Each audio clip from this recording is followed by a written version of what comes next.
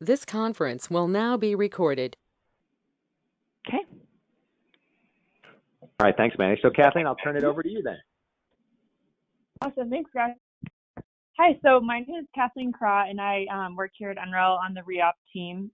So I think what we're going to do is start off with a little brief overview of REopt Lite and SAM, which have some similarities and synergies, and just kind of give a quick overview of how those tools can be used.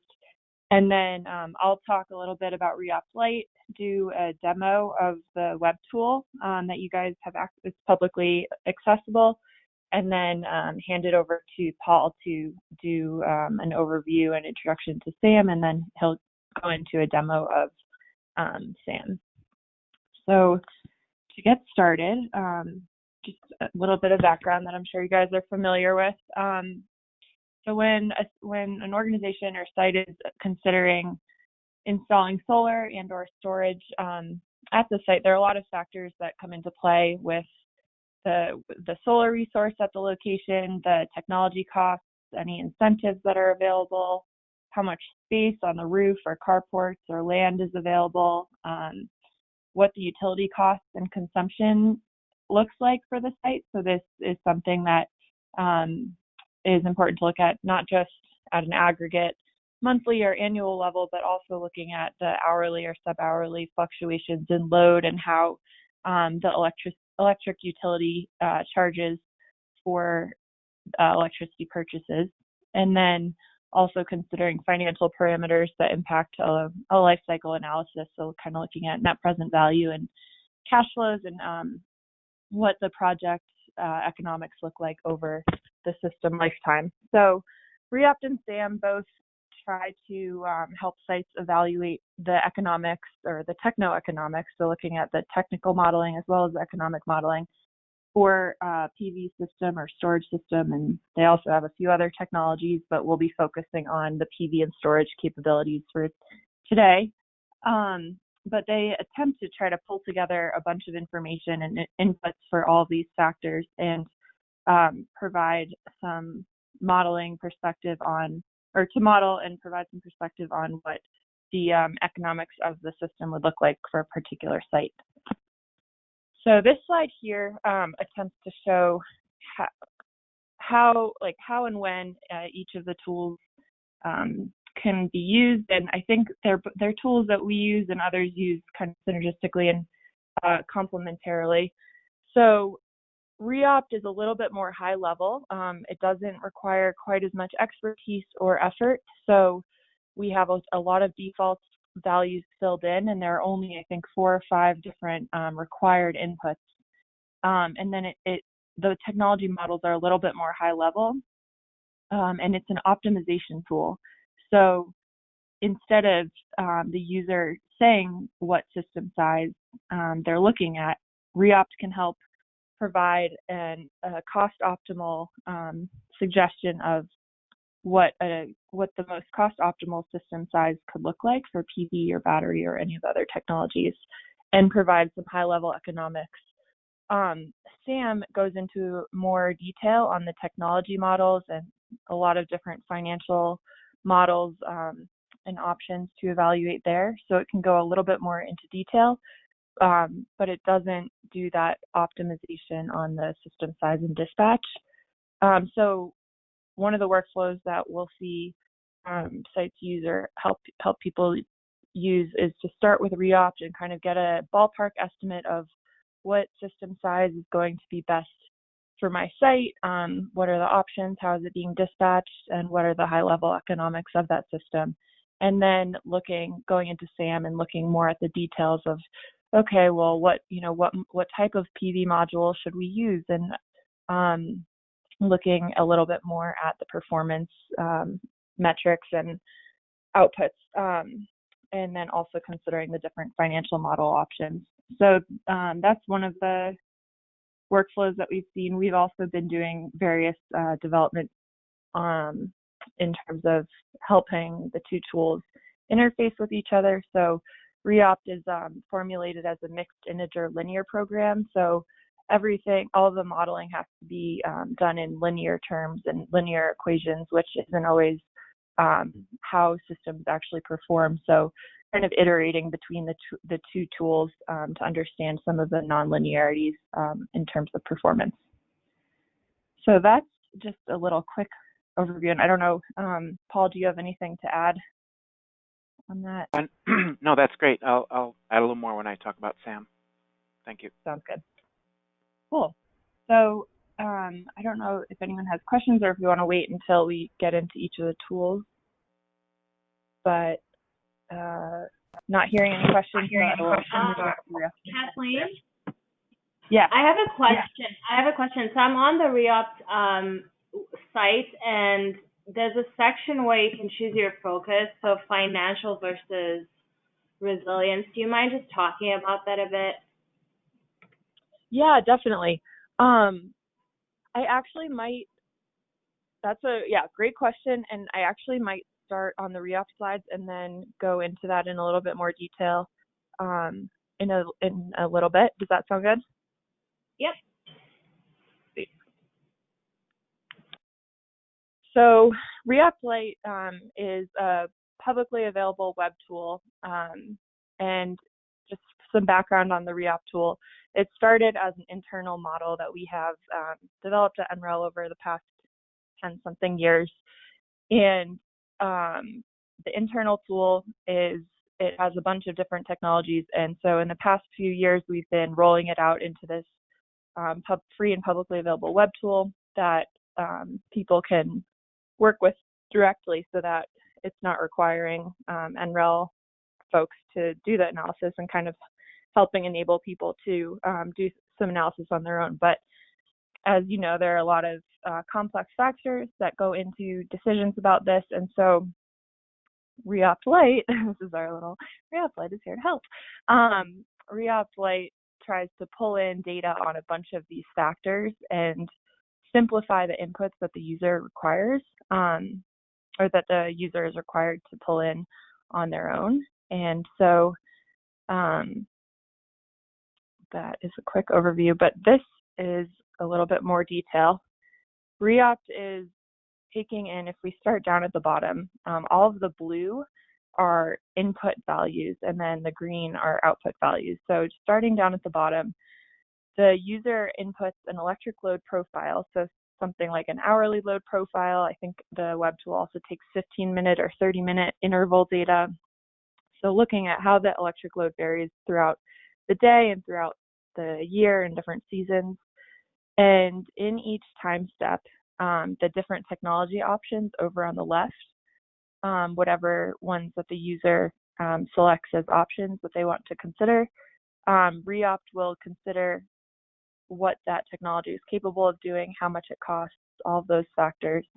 And these resources are then required to serve the full electric load. So we have currently in the tool, we have solar PV, we have wind, the electric grid, of course, diesel generators, we have battery storage, and are working on a CHP module. So that will also consider, in addition to electric loads, considering thermal loads as well. So that's something that we're working on rolling out currently. And so in each time step, these different technologies are serving the load to make sure that it is achieved at least cost. And so up at the top are the different drivers that go into this. So as you mentioned, the two goals that are currently options in the web tool are to minimize cost or to achieve resilience goals at least cost. And so we'll go into this a little bit in more detail in the demo, but the minimizing cost is just reducing electricity charges from the utility, whereas resilience is saying, how can my system help my site survive a utility outage? So whether there was a natural disaster or a cyber attack on the electric grid, if it were to go down, which of these technologies could cost optimally help my site survive such an outage for X number of days, or whatever your goals are. And so the other factors going into this are the economics, the technology costs, incentives, financial parameters, and then the utility costs of energy charges, demand charges, and any projected electricity cost escalation rates that might be projected for the life cycle of the system and analysis. So REopt takes all of these inputs in that the user can specify, and also we have a bunch of defaults, and then it outputs what's shown on the right, a cost optimal mix of technologies, and it will say PV or PV and wind, what size systems are cost optimal. And then it also goes through all of those hours of the year and shows how those systems are being operated to achieve the cost savings that REopt is modeling and projecting. And so you can use that optimal dispatch to kind of see, especially if you have a battery, like when should I be charging my battery? When should I be discharging? And once there's thermal loads in there as well, it gets interesting with thermal storage. So you can see how the systems are being operated, and then also some economics about the life cycle cost of the system, how utility charges are changing, capital and operating expenses, and net present value. So this is kind of an overview of all the inputs and outputs of the tool. And as I said, the web tool is the public-facing version of an internal model.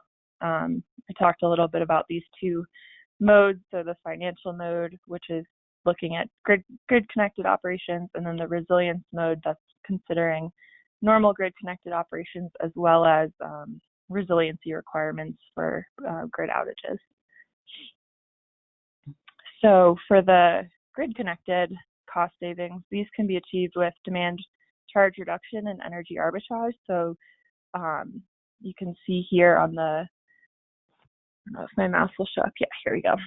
So here the key shows, so any gray is the grid serving the load, PV serving the load is shown in blue, and then storage discharging to serve the load is shown in orange. And so here you can see the peak load. So if you have a demand charge, the peak load is being reduced from like 27 megawatts down to 22.5 maybe megawatts by using PV and battery to reduce those peaks. And then also there are times where the site is buying electricity, so this dark gray here, at a point where the electricity is less expensive, and then using it, they're storing it and then using it when it's more expensive instead of buying from the grid then. So that's one of the things that, or those are two of the things that REopt is considering. And then for resiliency, you can see in this example, a site was evaluated with a bunch of different outages of various durations and occurring at various kind of start times throughout the year. And so the base case, which is there's no PV, they're just using a generator as backup. The system life cycle cost is around $20 million, and the system can survive 5 days of outage at about 90% probability of surviving. So the least cost solution would be to install some PV and some storage, and that extends this 90% survivability duration to over 6 days. And so you're getting an extra day of resiliency while also saving about $1.5 million for this particular site. And obviously this is one site, but just kind of showing the premise of how PV and battery could help save some money and increase resiliency. And so then the system that was actually proposed was a little bit more expensive than this lowest cost solution. It had much more PV and also much more battery. And the life cycle cost was pretty similar to that base case scenario, but the outage survivability at that 90% probability of surviving the outage increased from 5 days all the way to 9 days. So that was pretty significant. And I think this was for a military base. So for them, that was, a significant value add that's not necessarily captured in their life cycle costs here, but is certainly something that they value. And then, so I'm going to demo the web tool, but just in the future, what we also have is underlying the web tool is an API, and basically the API is a programmatic way of accessing the capabilities of REopt Lite directly. So instead of having to interface with the web interface that we'll go through, you can actually access it by sending files with the inputs, and this just speeds things up if you wanted to kind of screen a bunch of sites instead of doing one site at a time. And so this would be something that someone with more programming background might be interested in doing. And I think in general, it's kind of good to start with a web tool and kind of develop an understanding of how REopt is working and what the inputs and outputs are. And then if you start getting to understand that and also have some programming background, then the API can kind of help speed things up and do it a lot faster. And then we're also working on developing an open source version of REopt, which will have the same capabilities as REopt Lite, but allow for even more kind of user customization and contributions as well. So I probably should have saved that for after demoing REopt Lite, but we'll go into the demo now, and I think that hopefully can help. Let's see. I have to figure out how to change my screen.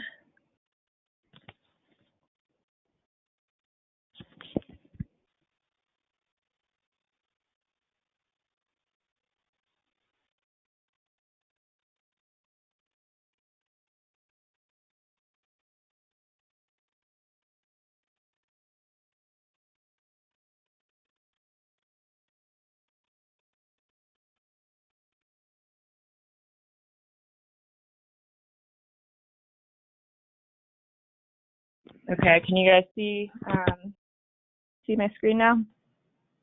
Yep, we can. The internet. Okay, cool. So this website here is the web tool interface, user interface for REopt Lite. So I'll do a quick demo and kind of show the inputs and some of the other capabilities. First off, I'll point out the help manual. And so if you go to the help manual, there's a lot more information available here describing the various data inputs and the results and where the default values come from, providing some technical references. This is a really helpful resource. We're also in the process, we've come up with some REopt Lite training videos that are going to be added to the site as well in this user guides tab. And then we also have some frequently asked questions and answers for those. So those are some good resources, but if you, as you're working with the tool, you're also welcome to provide tool feedback here or email. There's an email somewhere in here. Oh, here, reopt@nrel.gov, and we have someone kind of working as to answer questions kind of at the help desk. So to get started, what you can do is you can create an account. All you need is I think an email or a Facebook login. I think a Google or Facebook login to register. And then if you do this and log in before running anything, it will save REopt will save it will store all of your runs and load profiles and utility rates that we'll be going through. So that's a helpful thing to do, so that if you do some runs, you can access them later without having to regenerate results and remember what you did, or remember what the inputs were. So step 0 here, log in and gather data. So talked a little bit about logging in.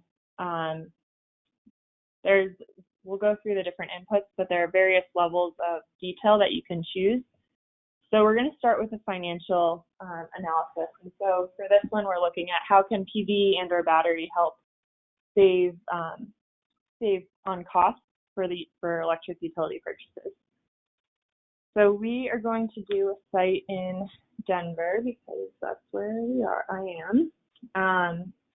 And so you'll enter any of the inputs with an asterisk here are the required inputs All of the other ones have default values and are therefore not required, but can be adjusted based on the level of detail of information that you have for your site. So we will, if you look at the drop-down list here, we have data on a bunch of different utility rates that are available for sites that are located in Denver. And so we've done some analysis on what the most likely commercial utility rate for a site would be on in Denver or any of the other sites or any of the other locations that you might enter here. So we're just going to choose the one that's listed first for this demo, but you could check your utility bills and try to find the rate that your bills list, and then you would select that one if you have that information for your site. There's also, and also if you click rate details here, you can see how this rate is being modeled, so how different charges are being applied, and so energy charges or demand charges, time of use, or tiered rates. There are a lot of different complex ways that bills can be, or sites can be billed, and so you can learn more about that rate there. You could also use a custom utility rate.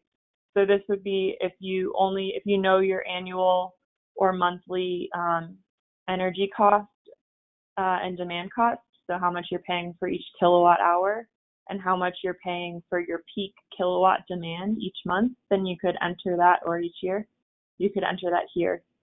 The detailed rate option you have to be logged in for, but this would be if for some reason you had a rate that wasn't listed here from the URDB and it was a complex utility rate, you could log in and there's training videos and more information about how to develop a custom utility rate. But I think to get started, we'll just focus on a rate that's already in here. Hey, Kathleen, I have a quick question. Yeah. I may have completely missed this in the beginning, but so is this tool just used for commercial siting, or is there residential as well? Good question. So I think, and I could be wrong, I think that we have industrial and also residential rates At the bottom, listed here.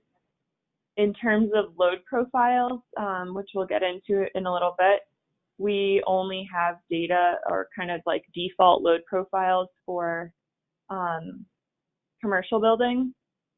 I think there's some work being done at NREL to develop generic residential load profiles, but they can vary so widely that we currently don't have those as defaults. But if you had load data for your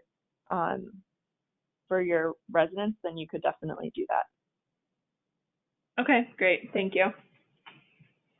Yeah, no problem.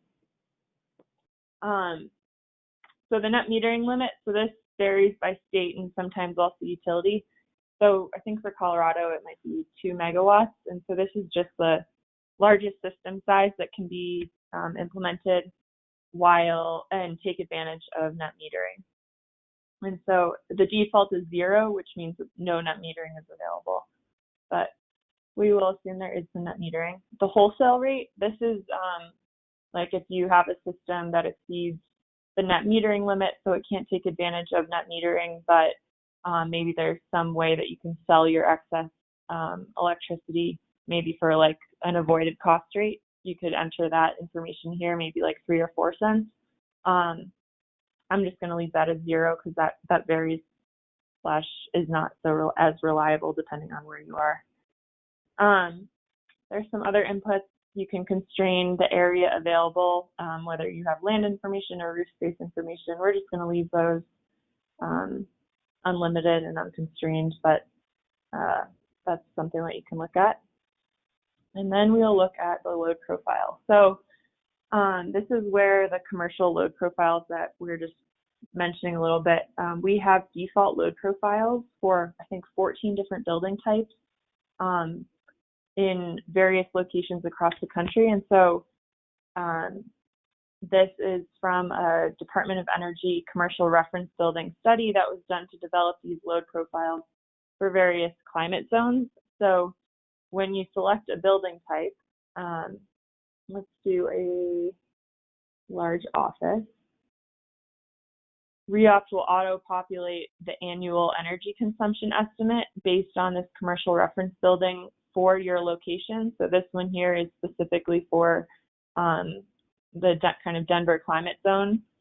And so this is an estimate, but let's say you had a large office that was much larger. You could change this number to be much larger or smaller if you knew your annual energy consumption but didn't necessarily have the full hourly profile. If you wanted to see what that looked like, you could download that here. And if you actually had data, so maybe we've seen, like, we were doing some analysis for a fire station. That's not one of the ones listed here. So it helps if you can upload a custom load profile, and then you would just note the year that the load profile is from, just so that we can make sure that the days of the week for the load profile align with how the utility rate information that we just entered is applied. So if there's differences between weekdays and weekends, for example, it's being applied correctly. So anyway, we'll do this large office default energy consumption as our site. And then there's some economic parameters that you can enter, and we're just going to leave these as the default, but considering the discount rate for the analysis period, how long that analysis period is, how much you expect electricity costs to increase over that period, what the effective tax rate is, so this is state and federal combined, and then any O&M cost escalation rate, which we assume that the O&M costs escalate at the rate of inflation. So you can click on tooltips to see where any of these numbers come from, check out the help manual, or enter your own numbers, but we're just going to leave all of these as default. And so then we've entered the site information, the utility rate and load profile, economics, and now we're going to look at the technology options. So we're just going to look at PV and battery, but we also have wind as an option. And so if you click the drop downs here, you can open up the various inputs that are considered. And all of these have default values that we're just going to leave as is. But just to give a quick overview, we have the capital cost here. You can enter, if you have an existing PV system, you can enter what size it is at that site. You can enter federal, state, or utility incentives based on capital cost or based on the system size. So this is a percentage of capital cost or $1 per kilowatt rebate. If there's a production incentive that's available, you can enter information about that here. We're assuming that there's not, and we're assuming that there's just the ITC available for this analysis. And then considering the tax treatment and other PV incentives, so this maker's depreciation is an accelerated depreciation schedule that kind of helps with tax, helps for tax purposes. So we're going to leave that as the default. This is what's available for PV right now. And then if you click the drop down, you can go into even more inputs here. So we can enter O&M cost information. If you wanted to constrain the minimum or maximum size system, you could do that here. You can select whether you're considering standard, premium, or thin film, whether it's on the roof or on the ground. We're going to just keep it all on the defaults again. This is the direction that it's facing, what angle it's tilted at, and then system losses and the ratio. This is kind of covering the PV system inverter.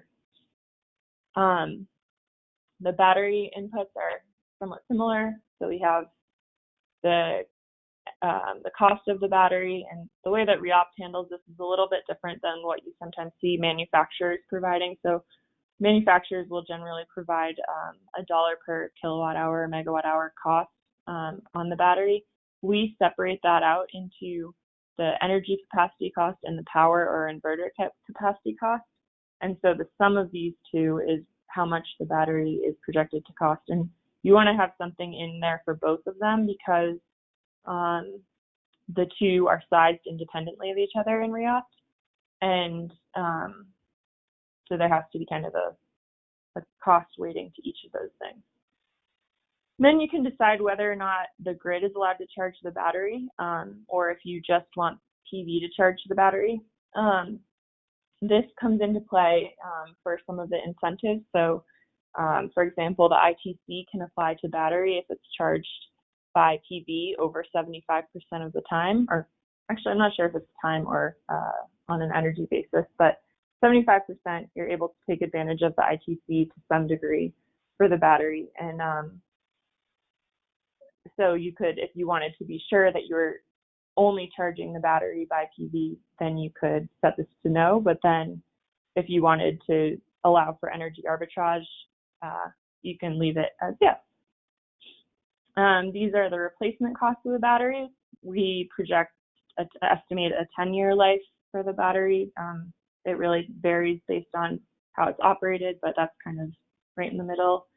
And then we have, you can limit the system size, just like with PV, looking at the different efficiencies of the inverter and rectifier, as well as the DC-DC efficiency of the battery itself. For lithium-ion batteries, which it makes up most of the current behind-the-meter market, we usually use an estimated or a minimum state of charge of around 20%. So the lowest that the battery will discharge to is 20%. And this one here, this really doesn't matter. It's just setting a starting point for the year, but it's not going to really impact your results. And then here is where, if we wanted to assume that the battery could take advantage of the ITC, then we could do that here or address the maker's depreciation. But we're just going to leave those as defaults and click Get Results. And sometimes it takes a few minutes, so I ran this ahead of time. But for this site, it's coming out to a nice even 2,000 kilowatts of PV and no battery. And so this is a round number, which in REopt, if it's a round number, probably because of something that you input. So this is because the net metering limit that we did was 2 megawatts. And so what's most cost effective for this site is that the maxing out the net metering size limit is what's most cost effective. So you can see that over the 25-year life cycle, there's around $670,000 worth of potential life cycle savings in present value terms. And if we look down here, you can see the dispatch, so how the PV is serving the load, when it's exporting to the grid, and when you're still purchasing from the grid. And you can kind of zoom in or zoom out this way or scroll to see throughout the year. If you wanted to download that information on an hourly basis, you could do that here by clicking Download Dispatch Spreadsheet. And this results comparison shows the business as usual case. So this is the economics for no PV and no battery. You can see what 1 year looks like, what the overall life cycle costs look like, and then what the total life cycle costs and net present value are. And then this financial column is the system that's being recommended. So you can see the size of the system, how much PV energy, or how much energy is being generated by the PV system, kind of how much you're paying for capital costs, replacement if there's a battery, any O&M costs, and then the difference between these two columns are the savings. So you can see how much you're saving on energy costs.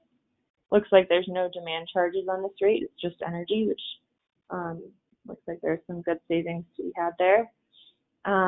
And then you can see down here the net present value of the system. And if you wanted to download a proforma, this provides, and this is actually, you'll see, very similar to what Sam offers. I think REopt kind of copied the format of this. Oh, it's not letting me open. Okay. I think it went in another tab. Okay. My computer is freaking out a little bit.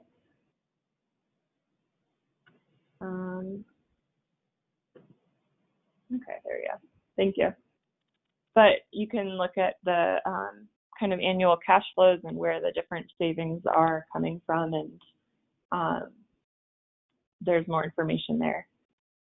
If you wanted to just check your inputs, what you put into the system, into the model previously, you can kind of check those out here. And then there's some words of caution and some text about next steps. And so these are the main outputs for the financial model. If we were to run, actually, I'll stop there for questions before going into the resiliency side of things.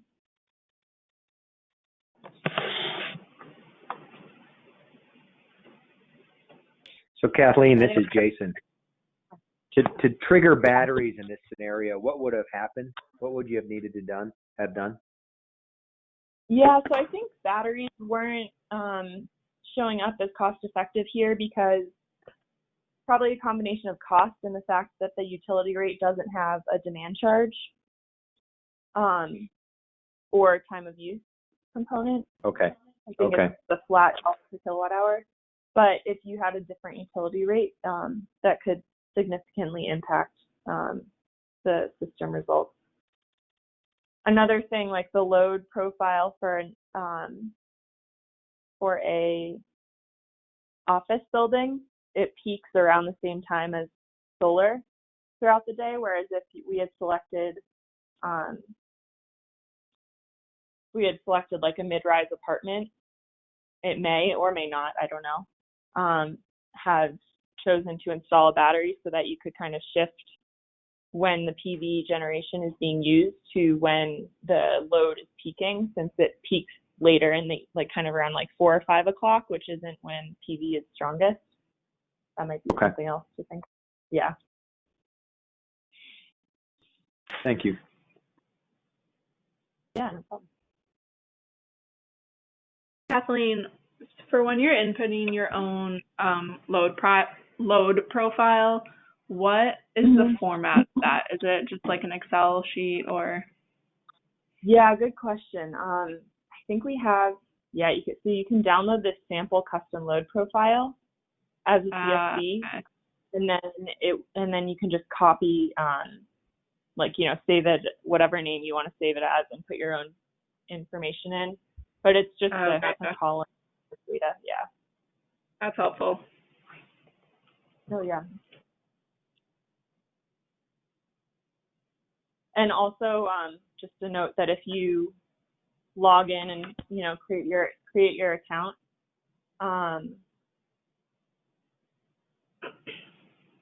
if you log in and create an account, then when you upload a load profile, it will save that profile to your account so that you can access it in the future as well. Okay, cool. So Kathleen, we're going to be using this for municipalities to give them sort of an estimate of what it would be to install solar on their municipal buildings. So these communities most of the time do not like to have to gather a lot of information. What are the top items that we need to be asking them for? Obviously, I would use utility records, but is there anything else that is critical for the inputs for REopt? Yeah, good question.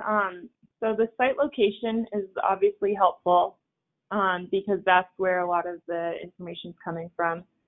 Basically, any of these starred ones here, and I think they're summarized here. So the site location, the electricity rate, and so this, if you have the full name of the electricity rate, then you can, call it from the drop down here. But even if they just have that monthly or annual summary on costs and consumption, that helps. And then the load profile would be the other one. So either the type of building and annual consumption, or if they have 15-minute or 30-year hourly data, then you could pull that from here. And that's typically displayed on their utility bill. Yes. What part? The name of the rate and the consumption. Yeah. Mhm. Okay. Kathleen, this is Jason. 15-minute interval. Is that a special request to the utility, or because that wouldn't be on their bill, would it? No. Yeah. 15-minute or hourly profiles for this custom load profile would probably be something that I think some utilities you can pull it from the website interface. Others, I think you have to kind of reach out to them directly. Sometimes even if it is on the website, it's a pretty manual process that can be a little frustrating and take some time, especially if there's gaps in the data, or it requires it's good to spend a little bit of time looking at that data if you do have the interval data, just to make sure it's cleaned up and like kind of matches with what you're seeing on the bills, because sometimes the meter readings aren't always reliable. I'm gonna throw a curveball. What about buildings that don't have 100% occupancy? So, like for instance, like they're not utilized some part of the year.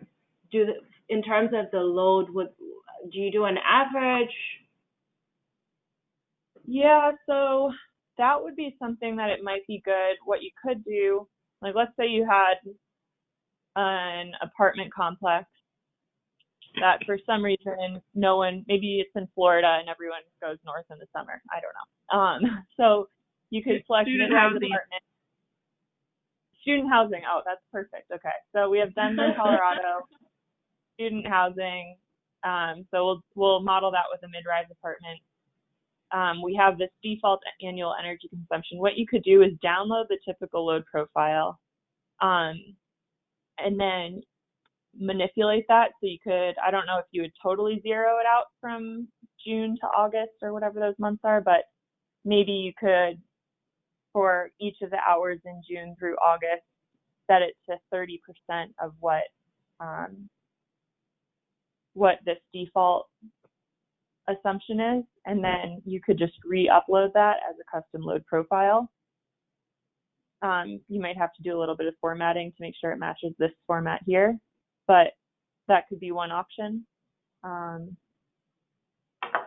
If you had a building that maybe downstairs is a shop and upstairs is apartment complex, or let's say maybe it's a restaurant on the first floor and then apartments up above, you could like download this full service restaurant profile, download the mid-rise apartment one, and then kind of concatenate them or aggregate them on an hourly basis based on the weighting of each of what you expect each one is contributing to the load. So you can kind of get a little creative with developing this custom load profile. Like obviously having data from the utility is the best if it's reliable, but a lot of the time it's not available, or it's too much work, or you just want to kind of do a quick screening, and yeah.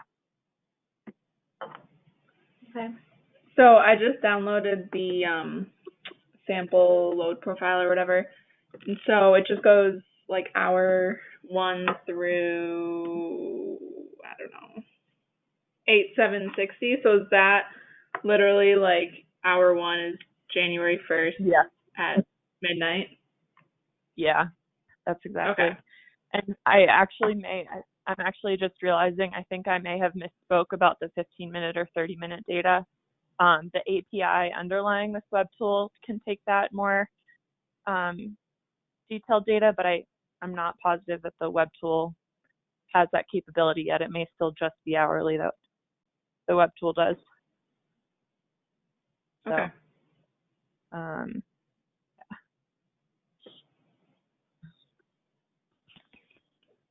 Cool. So I will quickly go through the resiliency stuff and then pass it off for Sam. But let's see. So we'll go back to our inputs. We're going to do the same site, but this time looking at the resiliency requirements as well. So we'll click resilience here. Once again, Denver, we're going to use it. I don't know what's going on here. We'll use that same utility rate here. Keep the net metering limit the same. We'll still stick with that large office.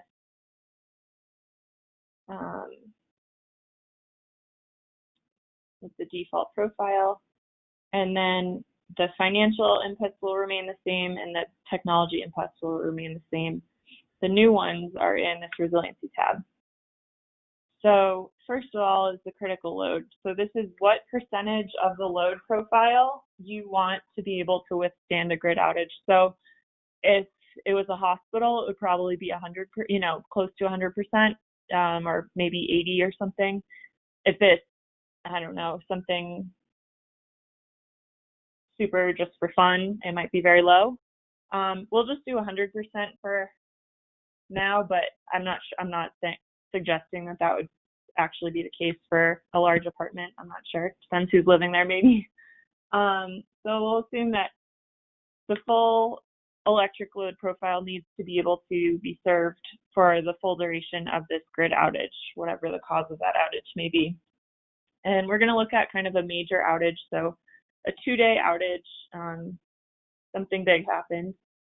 And we are going to, you can click this, you can choose when the outage occurs, so the date and time. So like if you were doing an analysis somewhere that there's a lot of storms maybe in, the fall, like hurricane season, or late summer, fall, you could go to September and choose your outage start date. What I'm going to do for this one is to show this capability here to auto select, so that you're starting the outage on the peak. So doing this requires that even at your highest load throughout the year, even if the outage occurs during that largest load, the system will be able to survive that specific outage. So there we go with that. And so that auto select set this start date and time. And then this, you can choose between modeling a major outage that occurs about once per project lifetime or something that occurs annually. So we're just going to do major outage. It occurs one time over the 25-year period. Hopefully you're not having 2-day outage every year. And we will then go down and click Get Results. And I also ran this one ahead of time. Let's see here. Having trouble. So here we're getting a much bigger system. So we have almost a 5 megawatt PV system. So previously it was 2 megawatts. And then a pretty big battery here. So it's like a 10-hour battery that's able to serve that peak load in conjunction with the PV.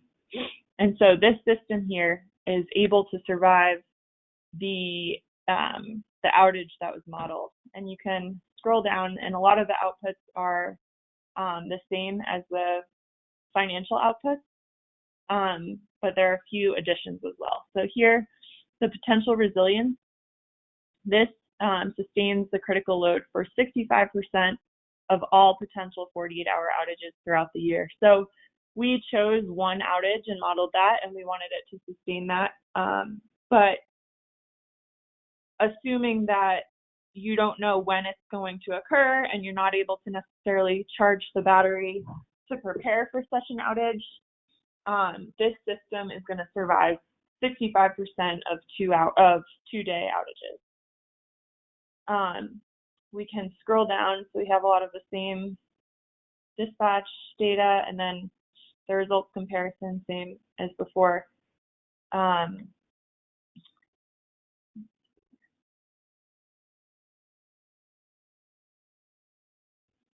So here we can see kind of a summary of what the net present value is. So you're spending $5 million over the 25-year period to achieve this 65% resiliency against 2-day outages.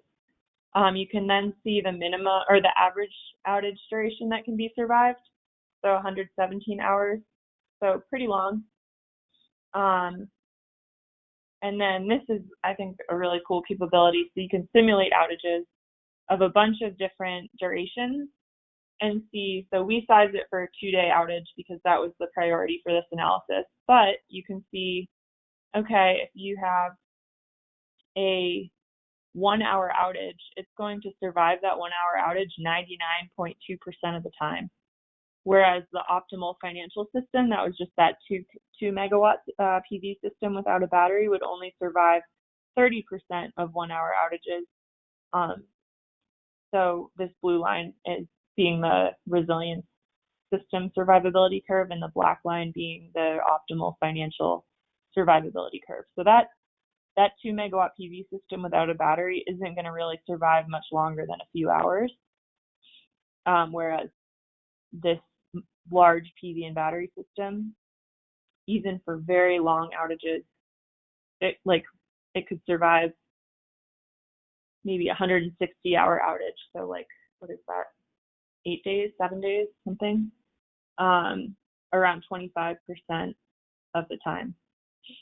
So this, I think, is a cool thing. You can kind of look at how that looks for different months of the year and dive into the hourly results as well.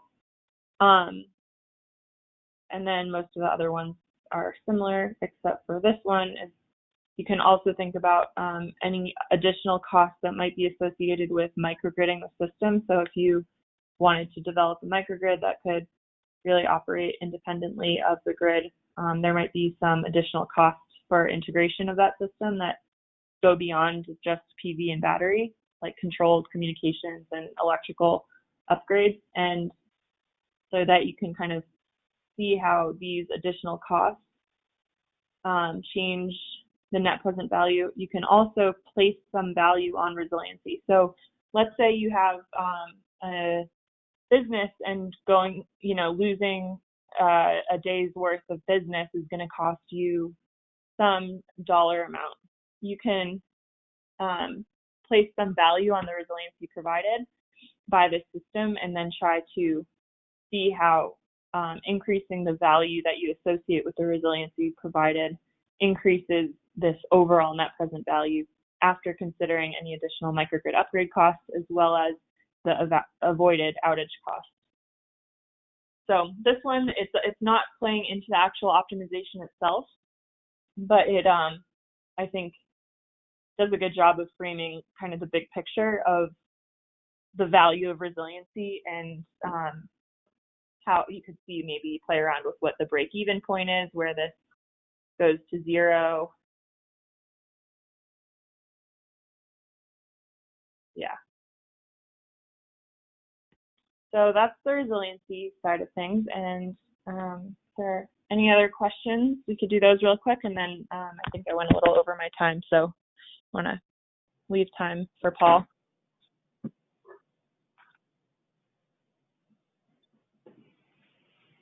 I don't think we have any questions on our end. Thank you so much, Kathleen. This was super helpful. Oh, no problem. Yeah, and feel free to send emails to that email listed on the page with any questions that do come up as you're using it. Are you on the other end of that email? I'm not directly, but sometimes it gets passed through a little bit. Yep. Sounds good. Thanks, Kathleen. Well, then, thanks, guys. I will hand it off to Paul. All right. Are you able to hand it off, or do you want me to hand it off, Kathleen? Oh, thank you. I think I handed it off. Yeah, thanks. Yep. All right, Paul, we can see your screen. Great, thanks. So maybe a quick time check here. How much time should I budget for this, given where we are? All right, do you guys have 45 minutes to an hour? Or what is your later in the day for you all there? Does that still work for you? We can do an hour. Yeah. Okay. Okay. Great. Thanks, Paul. Well, thanks. My name is Paul Gilman. I am an independent consultant to NREL. I work on the SAM team and have worked on the SAM team for over 10 years now. And my role on the team is to provide tech support, and I write the documentation, and I also participate in weekly meetings and help out with some of the software development as well, do a little coding. So I'm going to try to give you a overview of some of the SAM's capabilities. We'll focus on PV and storage, and we'll, in the process, sort of see how you might use REopt and SAM. Some of the data that you use it as input or that you get out of REopt as results might you could import into SAM. So there's some interaction there. So what is SAM? It's free software for detailed performance modeling and for financial analysis of renewable energy systems. And you can download it from sam.nrel.gov. So it's developed by NREL. It was originally developed as an internal analysis tool for the Department of Energy, and then was made public or made available to the public recently, shortly thereafter, in about 2005. It's used by a wide range of people, from people sort of doing policy work, utility rate design, also by developers, people who are designing systems and doing cost analysis on systems, researchers. It's used a lot in universities, both for research and as a teaching tool for students. SAM does a bunch of stuff. It can model lots of different renewable energy technologies. It even has a generic system model that you could use for comparisons to non-renewable technologies. And it has several cash flow models for different kinds of financial structures for both behind the meter, so residential and commercial building installations, and power purchase agreement projects, so those are generally large-scale utility projects. And also for third-party ownership, which are sort of a mix of the two. So fundamentally, SAM does two things. It calculates the output of a power system over 1 year using either hour-by-hour simulations or sub-hourly simulations, so 15-minute, 10-minute, 5-minute, up to 1-minute simulations. And then it also does a cash flow calculation. So that's a year-by-year cost calculation over 25-year, 30-year analysis period. This is a diagram of sort of how SAM works. So on the left we have inputs for the financial model, which is on the top in blue. The performance model, which is in blue. You have to provide information about the system's design. So unlike REopt, in SAM you have to provide the system size and configuration, all that information as an input.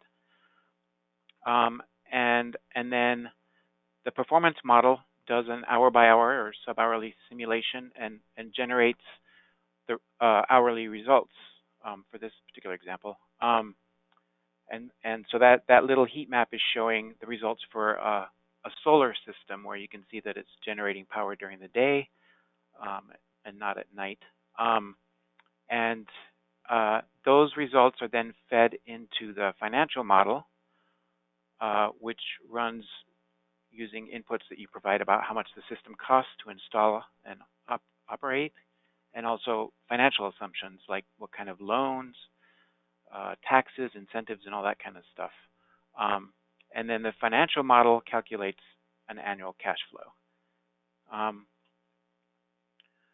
So as I mentioned, the performance model can run either hourly or sub-hourly simulations, and that generates a bunch of hourly data for like cell temperature, system output, so pretty detailed.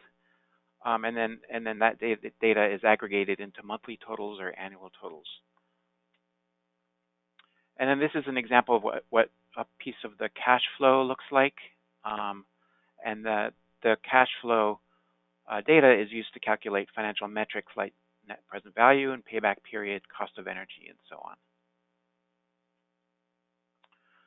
SAM has some advanced analysis features built in, so you can do parametric and stochastic simulations. So you can run a series of simulations varying the value of a given input, so you can assign a range of values to one or two inputs and then compare results. It also has a capability for P50, P90 analysis. SAM comes with a built-in scripting language called LK. This is analogous to VBA in Excel. So if you're doing sophisticated analysis, you can write a little program right within the SAM user interface and set the value of inputs, run simulations, read the value of outputs, generate CSV files, or even plot graphs, and so on. There's also a software development kit. So if you're a software developer, you can write your own programs in a bunch of different languages like C or Python, and then make calls to SAM library.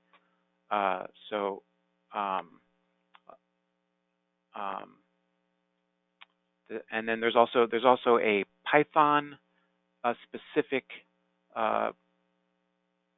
tool. So if you're a Python developer, it's easy to interact with SAM in Python.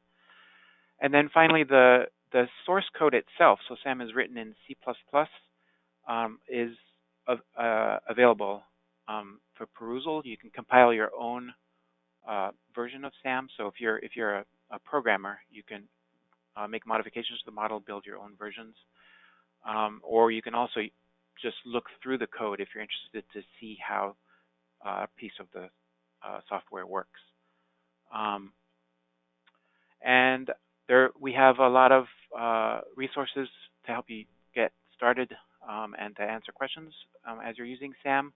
There's a help system built into the user interface. The website has links to technical references, videos, and descriptions of models. There's a support forum and an email address that we monitor daily that you can use to ask questions about SAM. And then we offer webinars and monthly live roundtables where you can call in and talk to the SAM team. And those webinars are recorded and posted on the SAM website. So that's a quick overview of SAM. And what I'd like to do next is to jump right into the software and give you a look around. So when you start SAM, this is what it looks like. There's a welcome page with some information where we can put announcements out about SAM. And we'll just go ahead and dive right in. So if we're going to model a PV system, let's say, you'd click Start a New Project. And that shows you a list of all the different performance models that are available. So we're focused on PV for this demo. So there's two options for the PV model. There's a detailed PV model and the PV watts model. And when you click on a performance model, it shows you a list of the financial models that are available. So for the PV models, there's residential, commercial, and then third-party ownership and a bunch of PPA models. For some of the other performance models like this power tower, there's no residential or commercial financial model available for that. So the list of available financial models depends on which performance model you choose. And then I'm going to start with PV watts here. PV watts is a simpler representation of the photovoltaic system. There's also an online version of PV watts that you may be familiar with. So if you're just getting started using SAM, you might and are familiar with PV watts, you might start with PV watts. And then we can choose either residential or commercial. These are they're the same model. The only difference between the two is that the commercial model has accelerated depreciation as an option, and it also has, and the residential model allows you to has an option for a loan with no deductible tax deduction for the interest, debt interest. So the models are very similar, just a couple of differences in the options available. So I'll do commercial, just since that's what we did in REopt. and that creates a case. So now we have the SAM main window, and here at the top is a tab. This is sort of analogous to worksheets in a Excel workbook, where the tabs are along the bottom in Excel, but we can create different cases in SAM to compare. So this is PV watts commercial. I'll give it a name so I can identify the tab. There's a help system. So this help button here, you can also press the F1 key, opens the help system with, we've got a topic for the location and resource page where we are now. So all the inputs are described in the help system, and you can get a lot of information there. As you, along the left side here is the navigation menu. So you can click through these to get different input pages. So there's a lot of inputs, and they're organized into groups on these pages. And you'll notice that the inputs are all already populated with default values. So it's set up so that when you create a case, you can run a simulation right away and get results. So you can, when you're first learning the model, you don't have to worry about populating inputs. If you look more carefully at the inputs, you'll see that some are in blue and some are in white boxes. So the inputs in blue boxes are ones that are calculated that you can't change, and the ones in white boxes are ones that you can change. So this default PV watts case, if we look on the location and resource page, we can see is for Phoenix, Arizona.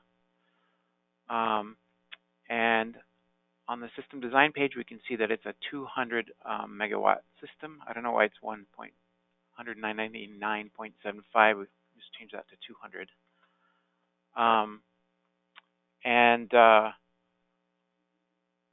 On the system cost page, this is where we provide information about how much the system costs. So there's an installation cost, which is the sum of all these more detailed categories. And it comes to about $360,000 or $1.82 per watt DC. And then there's a O&M cost, so we have an annual cost of $13 per kilowatt. So these are the default values. We could change them. I could change that to 10. I'll skip over the lifetime inputs, but on the financial parameters page, this is the financial assumptions. So there's information about debt. This default assumes a 100% loan over 25 years with 5% interest rate. This project has an analysis period of 25 years, so that's basically the system lifetime. And then there's some other, there's income tax for state and federal, and some additional taxes. We have an optional salvage value, and then this is the accelerated depreciation. And then on the incentives page, you can model all kinds of different incentives from tax credits, so the ITC or PTC, and direct cash payments, which can be calculated in different ways, either as a fixed amount or a percentage of the installed cost, or a percentage of the size of the system, or a percentage of the amount of electricity the system generates in a year. And that these cash incentives can be taxable or not taxable, and they can have different effects on the ITC basis. So a lot of detail for modeling incentives. By default, we just have the 30% ITC. And then for this, we gotta change that ITC now. Yeah, we gotta change that default value. You're right. Yeah, these defaults we change each time we release a new version of SAM. So this version is from November 2018. So the new version will have updated defaults. and we're working on a new version now that will be out at the end of February. So this is the electricity rates page. So similar to REopt, SAM interacts with this URDB, this online database. So you can download rate data for different locations. I'll show you how to do that in a minute. And we've got energy charges and time of use charges, and demand charges.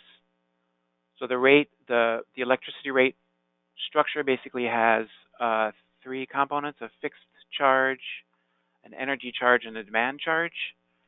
And the demand and energy charges can have time of use rates and or be tiered, so they can get pretty complicated. And then in SAM, we also have different options for the metering arrangement. So it can be net metering, net billing, buy all, sell all. And then as in REopt, we also need load data. And it's the same as in REopt, where we need a 8760 hourly load profile over 1 year. You can also provide 15-minute data or higher resolution. If you're doing demand charge analysis, you typically need higher resolution load data. And we have some tools which I can show later as well for downloading load data from those DOE databases that Kathleen mentioned. So that's a quick look at the PV Watts commercial inputs. If we just run the default case, so I'll click simulate, and that just ran through 8,760 hourly time steps over 25 years and generated our results. So this summary tab on the results page shows a high-level overview of the results. We can see that the system generated 340 megawatt hours in a year. Its capacity factor has a net present value of $122,000. And then we can flip through these tabs to look at the data in more detail.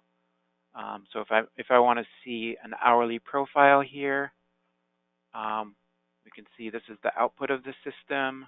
We can see the load. We can use this box to filter. So here we can sort of compare the output of the system to the load. If we're interested in the financial side of things, the cash flow tab shows the annual cash flow, so we can see the production, our operating costs, the debt costs. Here's income tax and so on, and then we have the after-tax cash flow at the end on which the net present value and other metrics are based. You can export all this data to CSV or copy it to clipboard.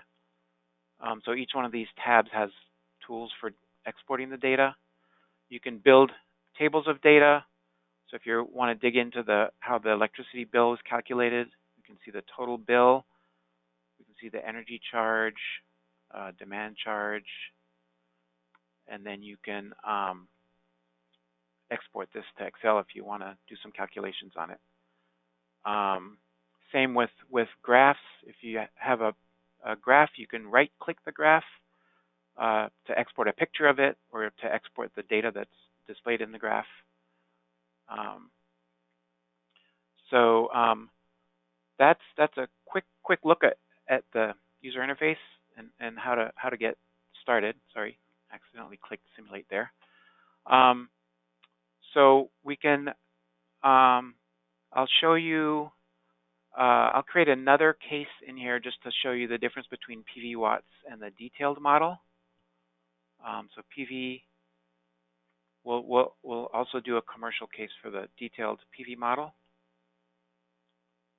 And I'll rename the case so I can keep track of what I'm doing here. And you'll see that we have the same location and resource page, but now we have a page for module and inverter, and the system design page is more complicated. So the detailed PV model allows you to model specific modules and inverters. So these are commercially available modules and inverters. So you get a more detailed representation of the system.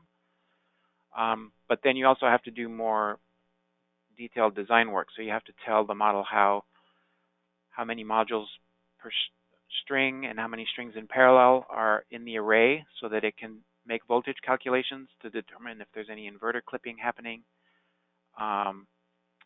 And you can also do sort of some detailed shading analysis, either shading on the array by nearby objects like buildings or trees, or shading of the internal shading in the array, or self-shading where you've got rows of modules that might be casting shadows on each other. It counts for that.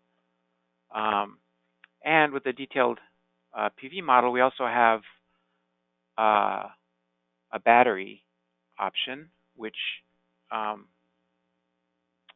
you can model PV storage. And there is also a simple battery model available for PV watts down here. You can see it's much simpler. It just has a couple of inputs. But the detailed PV model gives you a lot more control over how the battery is dispatched. You know, you can either manually dispatch it, or you can do peak shaving.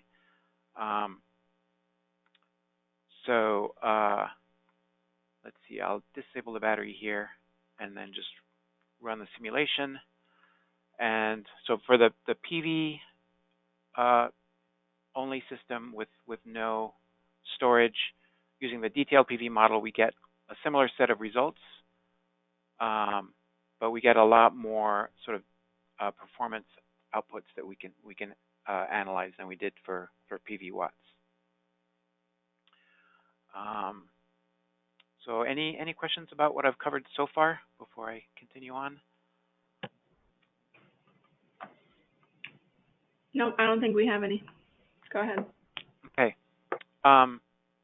So now that we've seen what the inputs look like and what the results look like and how to run a simulation, let's go back and look a little more carefully at the inputs.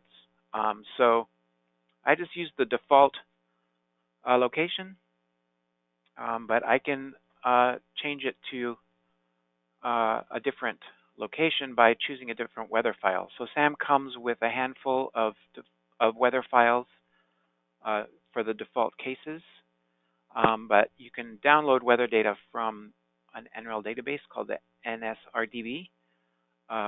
So I can, for example, I'm in Portland, Oregon. So I'll type a street address there or just a location name, as you would in Google, whatever. You can put in a latitude, longitude, a street address, or just a location name, and then click download and add to library. And SAM is now interacting with this online database, the NSRDB, and it found data for Portland, Oregon, and downloaded the file and added it to my library. So now my location is now Portland, Oregon, and I can make a copy of this case,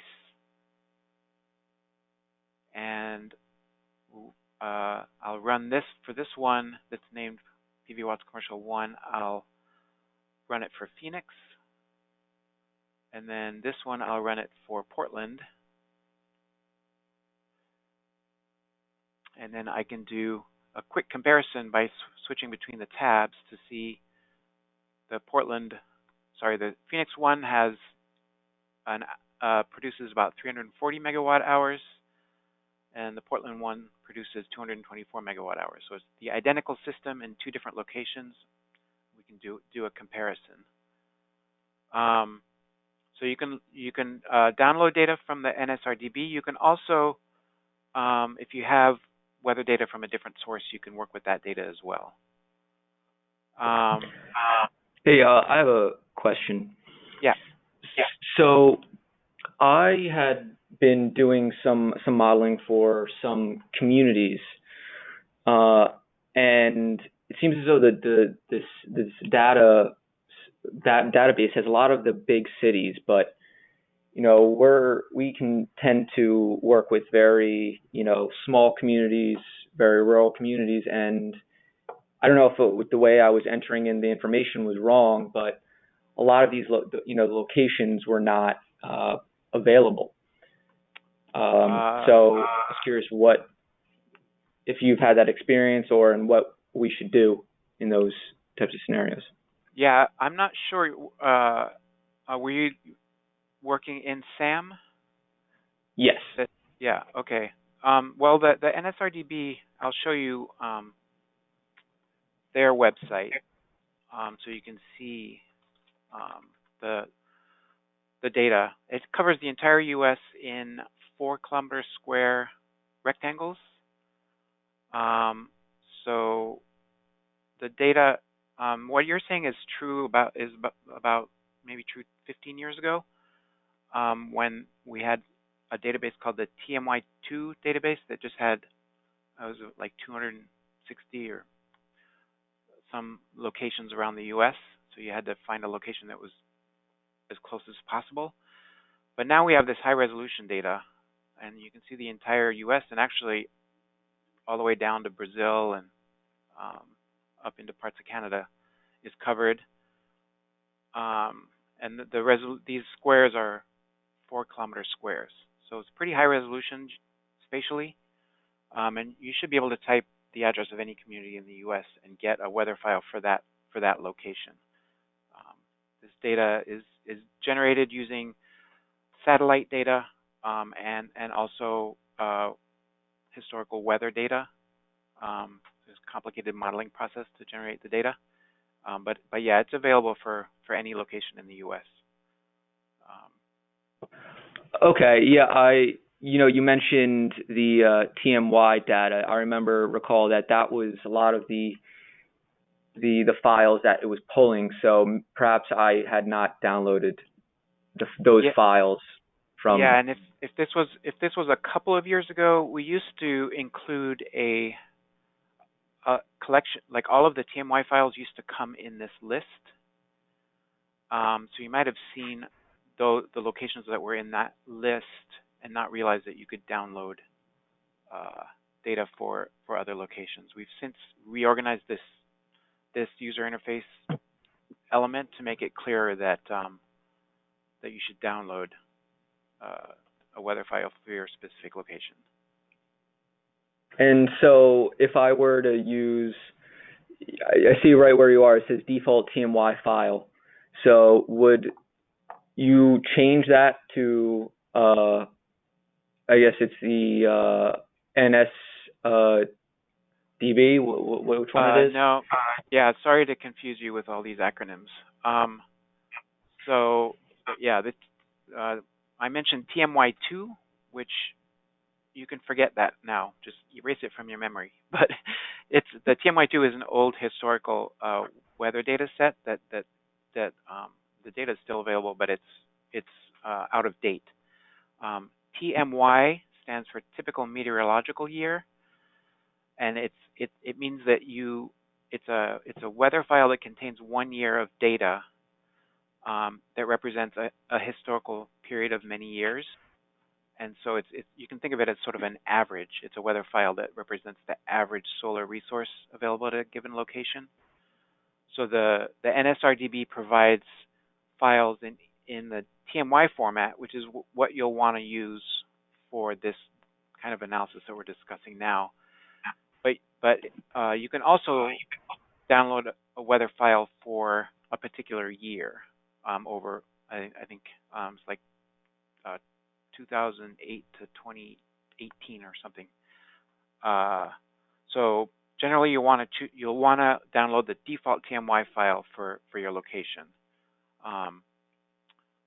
You might, if you're doing detailed analysis and you have measured load data for a particular year. Let's say you've got load data from customer for 2016, and you want to see whether there's any correlation between the load shape and the weather, then you would you might, in that situation, you might choose year and then download a weather file for 2016 so that the weather file would match the load data. But for most situations, you'll just want to go with the default TMY file.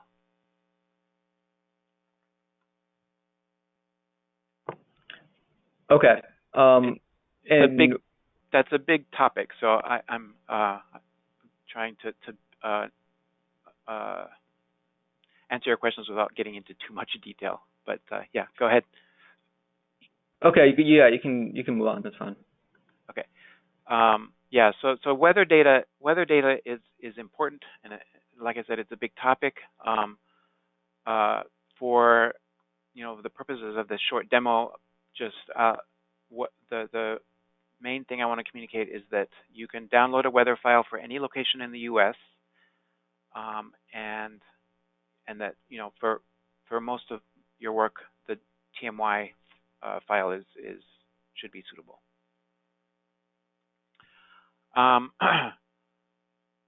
And then on the system design page, so I think we saw in REopt how you could put in a you could constrain. So REopt is going to determine some of these parameters for you, whereas here we're gonna provide, for example, the tilt angle of the array is going to be defined. If it's a roof-mounted system, it might be defined by the pitch of the roof, or some other factors. And I think in REopt we saw you could set a range of tilt values, and then it would find the best one. But here you have to provide it as an input. So the main inputs that you need to be concerned about for PV watts for modeling a PV system would be the size of the system, the tilt angle, and the azimuth if it's not oriented to the south. And then if you're going to model a battery, then the battery capacity and the battery power. So basically, the size of the battery in kilowatt hours, and then the battery power is the maximum discharge rate. So this would be a 2-hour battery. 100 divided by 50 is 2 hours. And then on the system cost page, there's a lot of detail here. If you don't have this cost detail, you can just zero out all these costs and put in a single cost in dollars per watt. But if you are interested in breaking the cost down into more detail, you can do that. The only cost that gets fed into the model is this total installed cost. So how you break the costs down on this page is not critical to the model. And then on the electricity rates page, to download rate data, I just clicked this search for rates button, and when I did that, it just communicated with this other NREL database called the URDB, and this is a list of all the utilities that are available in the database. So you can either, if you know the utility, you can type it in here. In the filter box, type in the name, and then I chose a bad example because there's no rates for this particular utility. There we go. So AEP Texas North Company has 2 rates in it. So that's one way to find your rate. You can also type in a zip code here, and that will generate a list of utilities that serve this zip code. So for me, it's Portland General Electric, and when I click that name, then I get a list of all the rate structures that are available. This looks familiar from the REopt demo. And this is showing commercial only rates because I am running the commercial model, but I can also show the residential rates or just show them all. And then I can further filter this by showing only rates that are currently active. So if I'm doing a historical analysis, I might want to use an older version of a rate structure. And then you choose a rate and get a little summary of it, and then click download and apply rate, and it just sucked in the data from the online database and populated the inputs in the user interface. Now the rate data just has the energy demand and fixed charge rates, and any minimum charges if there are any. The metering and billing is not included as part of the rate structure. That's usually driven by policy, not by the utility. So you have to choose your metering and billing options on your own. So if net metering applies, then you would choose net metering. If it's one of these other options, you would choose that instead. And then for the electric load, so as I mentioned, the model requires this time series data. So by default, we're running hourly data. So we've got 8,760 values, and we can plot the data to see what it looks like. So this is a 1 year worth of data. We can see it looks like there's a weekend. If we look at a 7-day period, you can see looks like a lower load in the weekends. So this particular load profile has a different weekend than weekday shape. We have some tools for downloading load data. So down here under the simulate button is a macros button. And when you click macros, you see a list of macros. So these macros are little tools that you can run to perform different tasks. One of them here is download electric load. And what this does is it communicates with the database that Kathleen mentioned. It's a DOE, a collection of load profiles that DOE developed for different building types. And there's a residential and commercial collection. So what this macro does is it looks at the location on the location and resource page and finds a load profile for that climate zone. So if I run the macro, it's letting me choose between commercial or residential. So I'm modeling commercial here, so I'll go ahead and choose commercial. And then here's the exact same list of building types that Kathleen showed. So we could do mid-rise apartment. And then when I click OK, I wait for a minute. It says it downloaded it, and then it switches me over to the load page. And now the load data that's here is that data that I just downloaded, and we can see it looks different. And so now that gives me my hourly load shape. It looks like we have a summer peak, and if we look on a daily basis, it looks like we have a sort of a early from 3 a.m. to 9 a.m. There's a little peak, and there's a big peak in the afternoon. Hey, Paul, I have a question. Yes. Mm-hmm. So, what was the load profile before you downloaded a specific one? Was it just a general commercial building in Portland? No, that was just the default one that comes with SAM. So it basically it's just a random load profile. I think it's a commercial building for Phoenix. I'm not sure which type of building. So then when you download the load profile, will it take into account the city that you chose? So now that you chose Portland, will it go to that climate zone? That's correct. So this macro looks at the location, looks at the weather file, and takes the latitude and longitude from that, and then finds the load profile for Portland in this case. Okay, great. The load data was generated by a building simulation model. So the load data, is representative based on, analysis of lots of different buildings. So it's not a load profile from a specific building, but it's sort of a general representation of the load you might expect from that type of building in that location. Okay.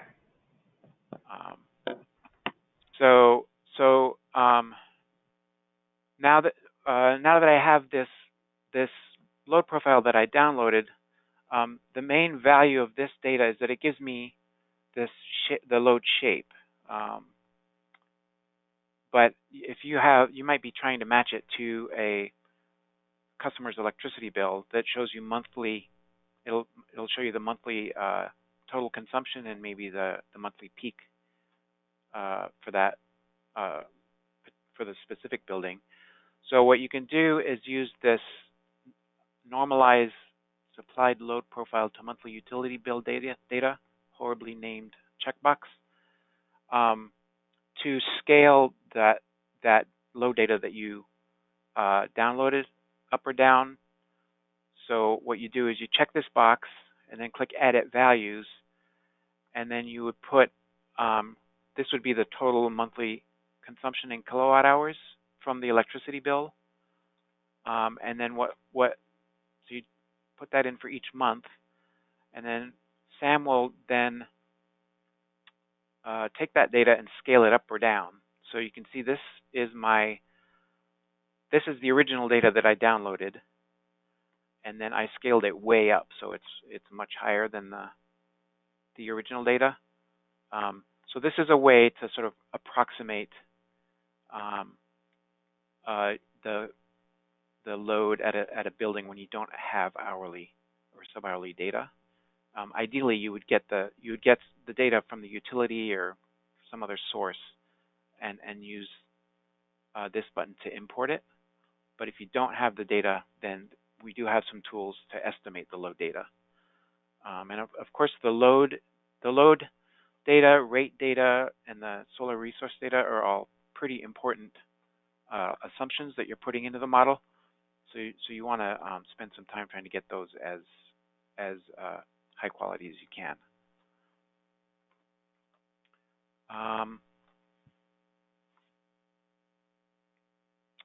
So let me switch over to, I guess I'll pause. Are there any other questions? Nope, I think we're good. Okay. I'll switch over to the detailed PV model so we can take a look at the battery for a little bit. So if I enable the battery here, it's sort of overwhelming. There's a lot of inputs here. The main inputs you need are the size and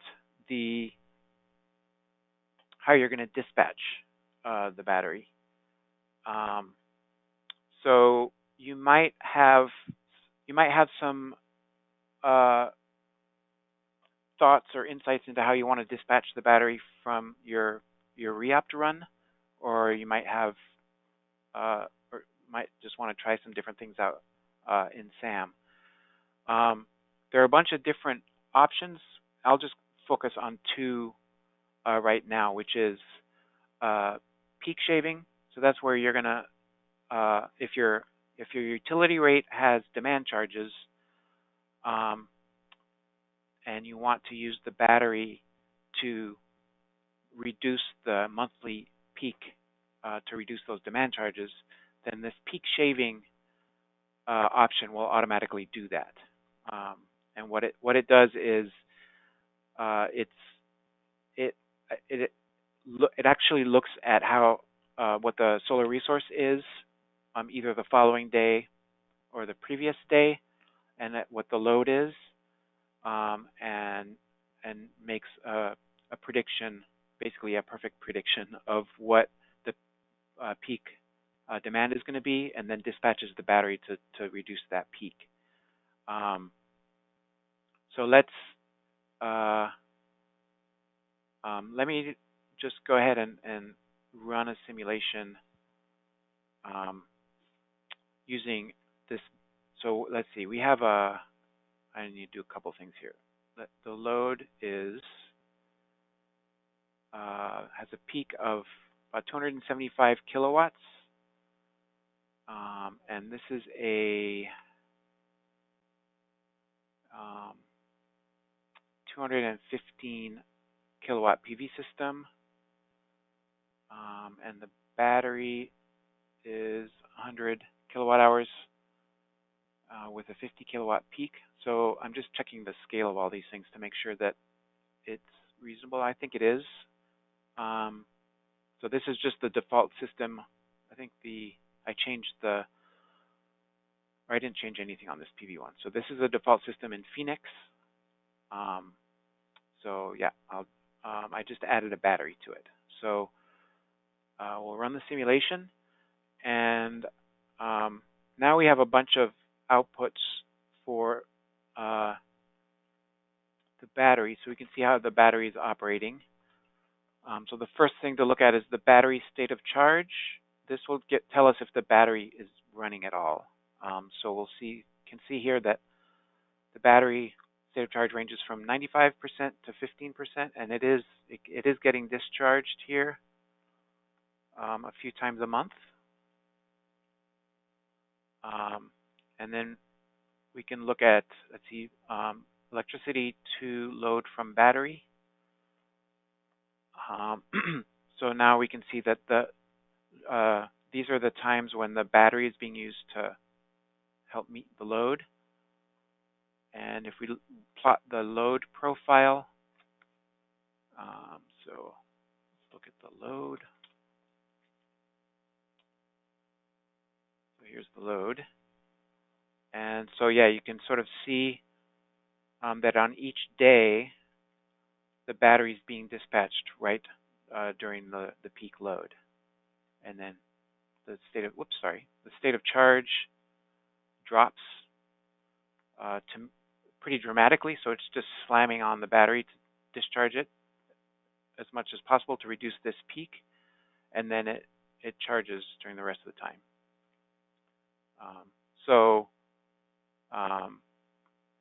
That's the peak shaving option. If you want to do energy arbitrage, so if you want to use the battery to shift PV energy from the daytime to the nighttime, for example, then you choose manual dispatch, and you go down here and you're telling the model how you want to dispatch the battery.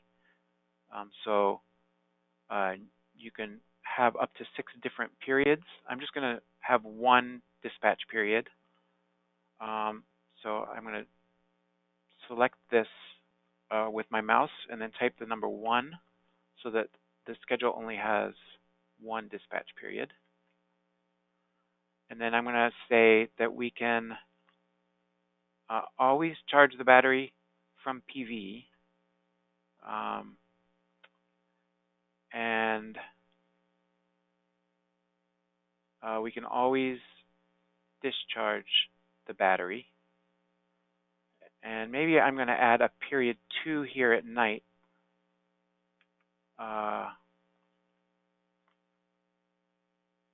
Where we can charge from grid, just to make sure that the battery can get charged.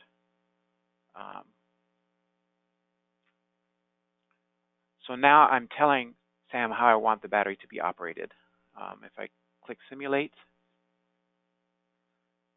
so now we can see that the battery, this red one is electricity to load from battery, so the battery is being dispatched in the evening. Let's look at our, and let's see, this is the state of charge. So the battery is getting charged during the day by solar. and then it gets charged at night in the by the grid when I told it it was okay to do that. So we make sure that the battery gets a good charge. Whoops.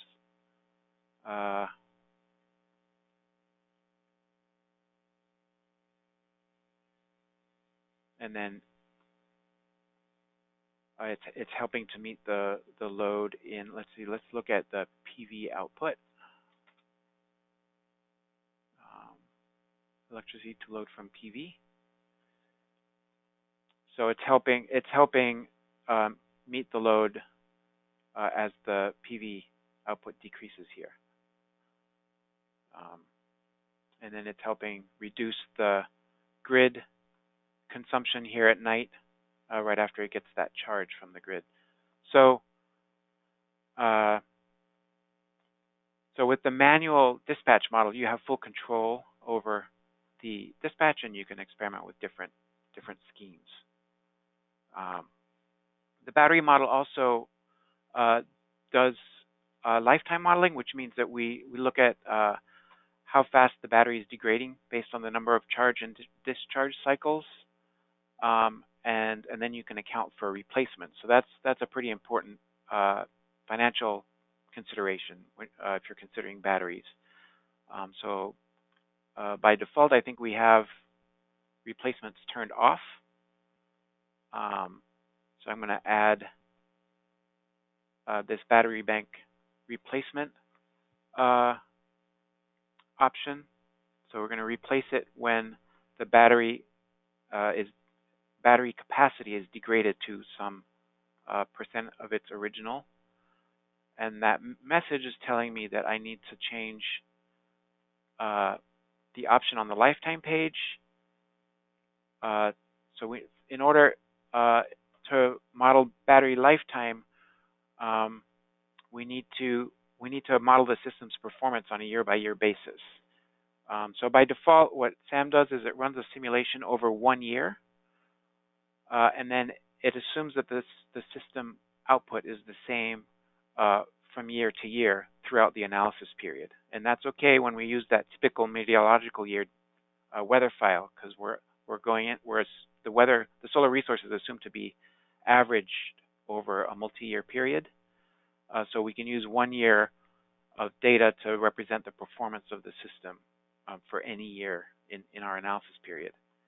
But that won't work if we want to model battery replacements, because the battery's performance is going to change as it degrades over time. So the performance, by default, SAM assumes that the system performs uniformly throughout the analysis period. There is an optional degradation rate, so you can account for the module's degradation over time, but we don't run a simulation for each year. For battery degradations, we do need to run a simulation for each year. So we switch this over to PV simulation over analysis period as the message asked us to. And then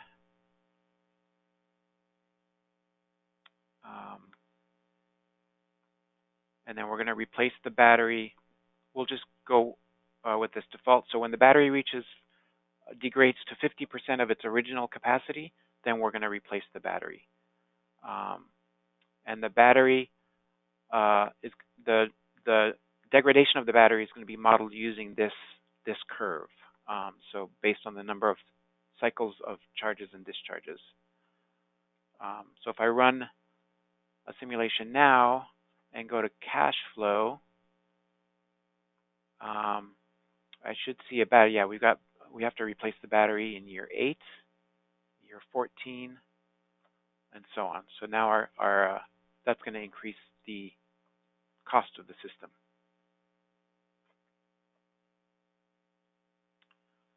And the battery replacement cost is based on this cost that you enter on the system cost page. Okay, so that's a quick overview of using SAM for PV and PV battery. I know it's a little overwhelming. There's a lot in there, but do you guys have any questions about that?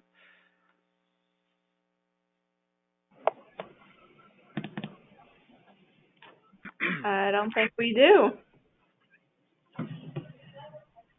Thanks, Paul. We appreciate that. And Paul, I guess there's an in-depth 3-hour training, right? Should TSF ever decide they wanted to take this to the next level. I think you also mentioned there's some instructional videos on the site as well for self-tutorial sort of work. Yeah, if you go to the SAM website,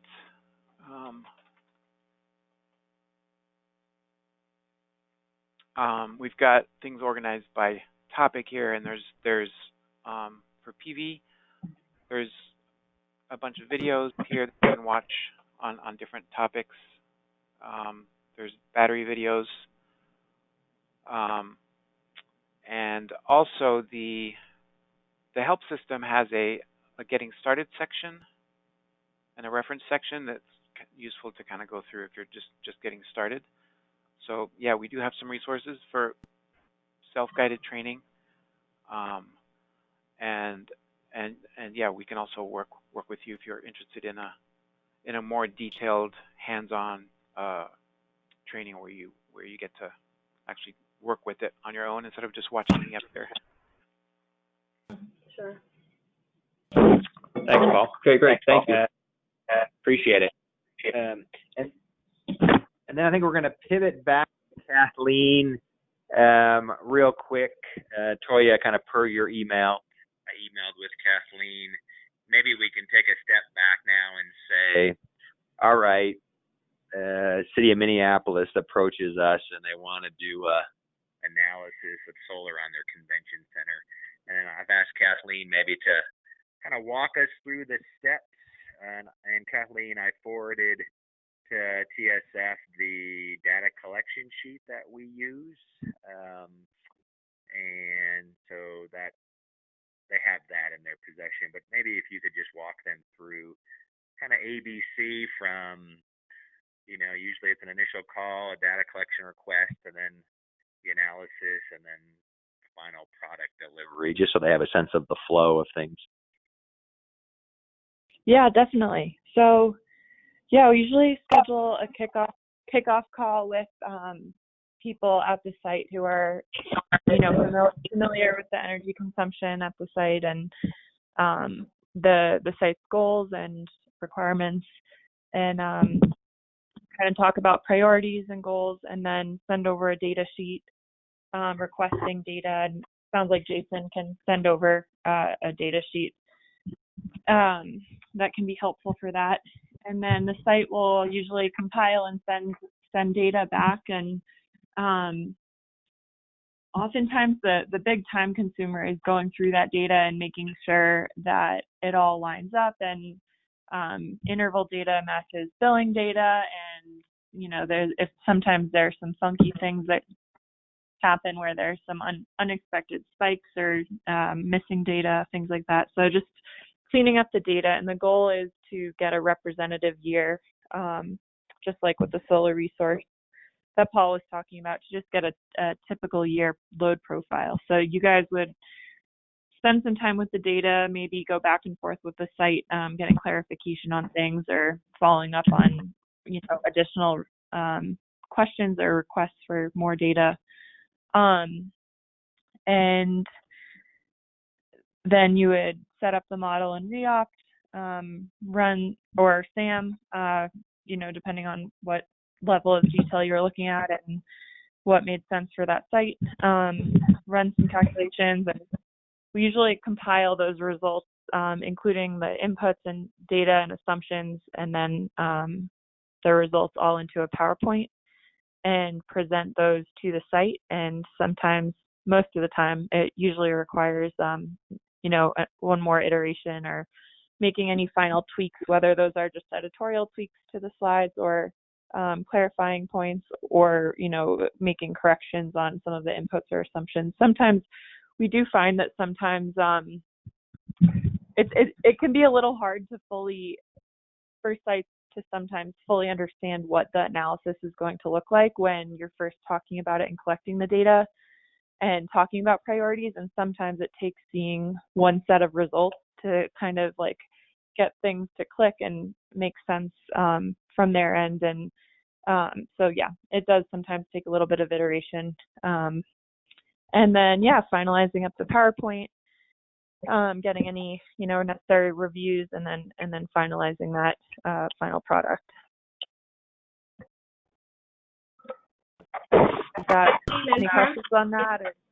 Or one of the big, I guess, a few of the points that like lessons learned that we found from doing a lot of REopt analysis and SAM and is making sure that the assumptions are like checked and vetted, and then also just having someone, especially in the beginning, really spending time looking through those results. Like the nice thing about REopt is, or these tools are, it takes data and it pulls a bunch of data and it kind of frames some numbers that you can put boxes around, and it's just good to spend a little bit of time sanity checking those, especially when you're first working with the new model, because a model that you're not as familiar with, because sometimes funky things happen and you just want to make sure that you understand where the numbers are coming from and what's driving the results. So yeah, especially in the beginning, that can be helpful. Kathleen, and maybe Jason, you can answer this question. In terms of like municipalities that are coming to you and asking for this data analysis, what is the next step for them after you present that? And so what we've seen is oftentimes they are using our materials to then go present to city council. So oftentimes we'll get Kathleen, hop in as you.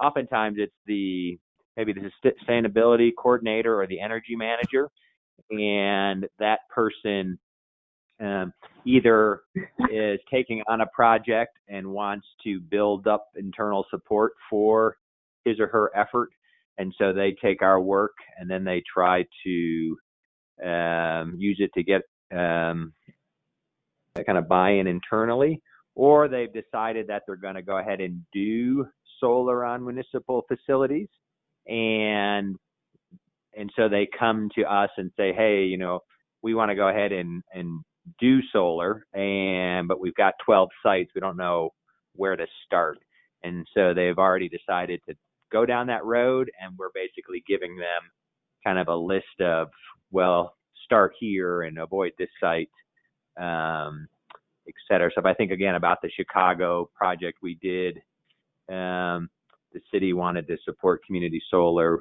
using city facilities. And so the energy manager said, hey, we're beginning to knock around this idea of, Chicago supported community solar and solar in general. And one of my tasks is to figure out where we can put solar on in the city of Chicago. And so Kathleen's colleague, Emma, kind of ran the analysis that I think I shared with you.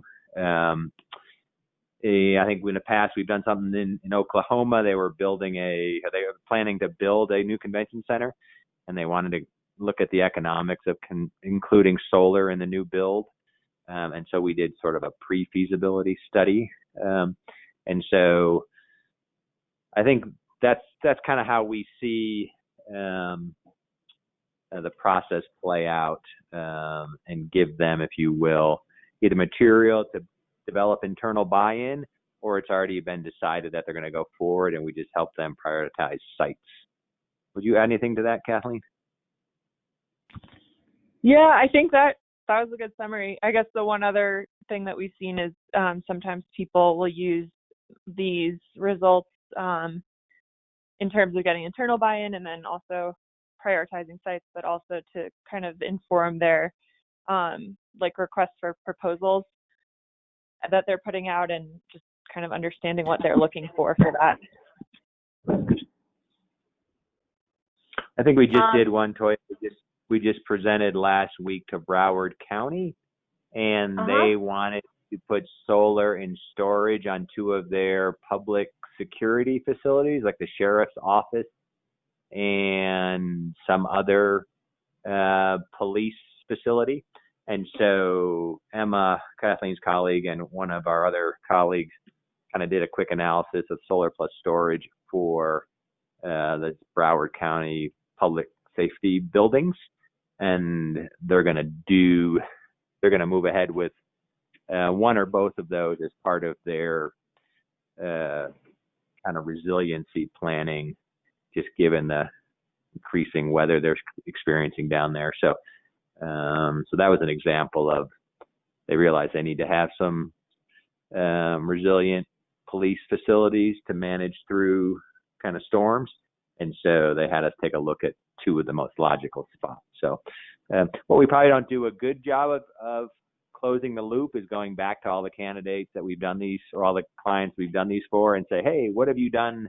Have you done anything with that study? You know, we hear anecdotally that when they do work, or we'll read about someone going forward with a project that we worked on, but I don't think we have a good process of checking back in with folks and saying, hey, did you do the solar on the sheriff's facility, or did you ever include solar in the RFP for the Oklahoma City Convention Center?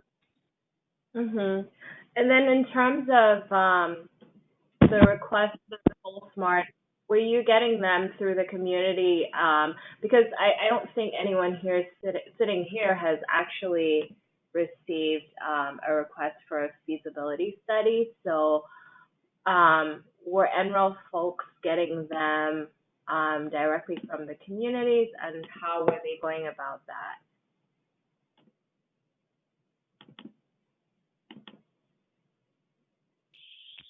Sorry, could you say that last bit again?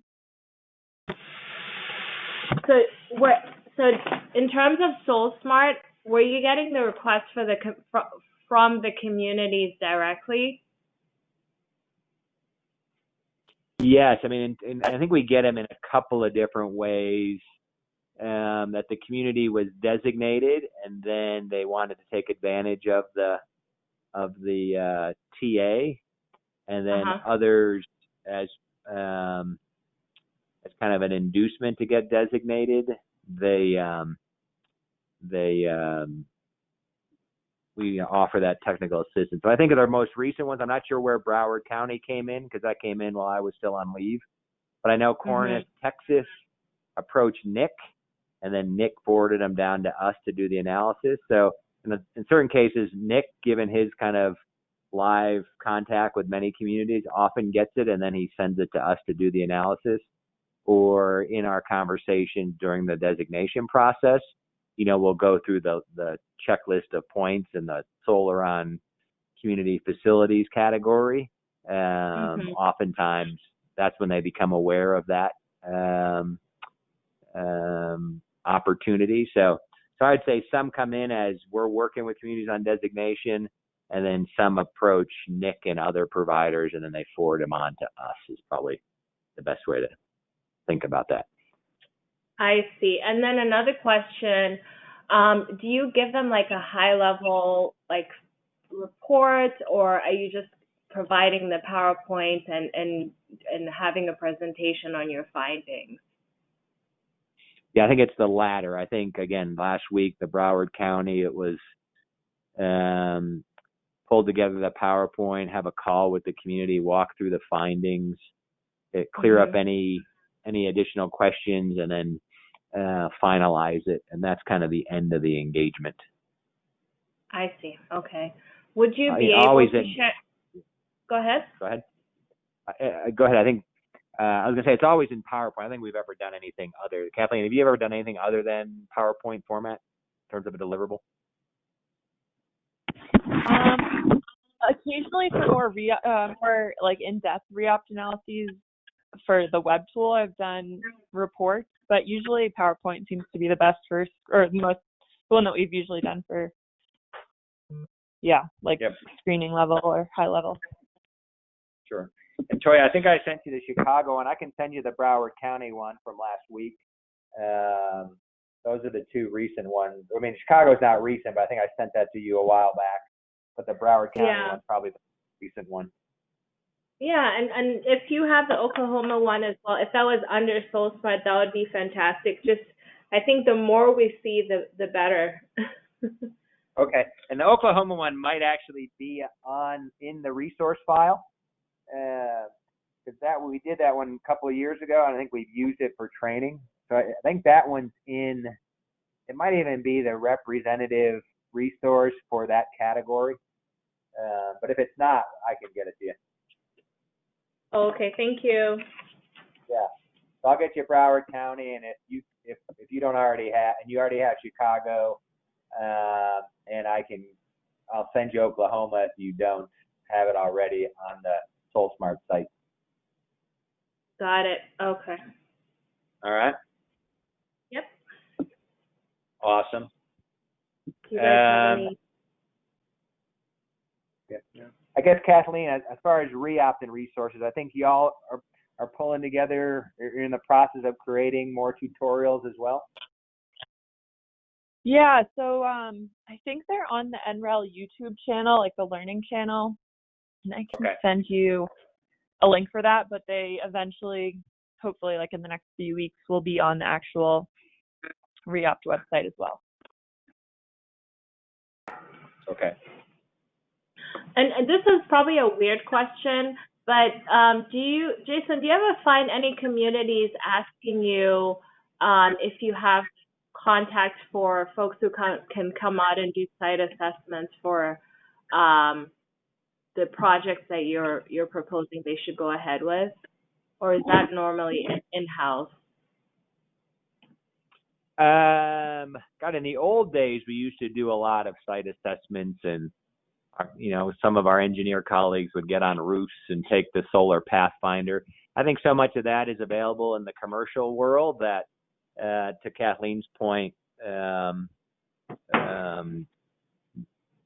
they either can do that on their own, or they have a kind of a solar consultant that'll do that work, or they might even do it as part of an industry day in an RFP or an RFQ process. But I don't think, again, I'm never the one to do it anyway. But Kathleen, do you know if we probably with certain exceptions, we don't do a whole lot of rooftop analysis anymore, kind of boots on the roof work like we used to. Yeah, I've done a few, but it's usually like we'll start with the screening level, like in terms of prioritizing sites, and then just do that once sites have been identified that they're like pretty certain that they want to move forward with something. It is something that we've been able to get a lot of information from, like Google Earth or satellite images of the roofs, that you can kind of see the obstructions from that without actually going there. And there are a lot of tools like Aurora Solar is one that we've used that does some shading analysis without having to manually use the I'm blanking on the name of the tool that's used, but to assess how different obstructions could impact shading. But I mean, it can be helpful to have someone do that, because we've done site visits where we found out about different obstructions that weren't previously made clear, as well as like the human side of things. Like we were doing an analysis for a courthouse that the community was really excited about putting PV there, but the judge just did not want to see PV out his window, and so that was the deciding factor, and we didn't know that until kind of going there and talking to people. So I don't know, you kind of learn different things in random times, I guess. But yeah. Great. Well, this has been really helpful. I don't know if you guys have additional questions. Yeah, something just popped in my head. When we're talking to communities, and what are the requirements for the roof space? They would, communities would be like, okay, so what are like the possibilities? Is it any possible of my municipal buildings are eligible? Like, what resources can we tell them, or can we give to them for them to identify what is and is not a rooftop that can be used for rooftop solar?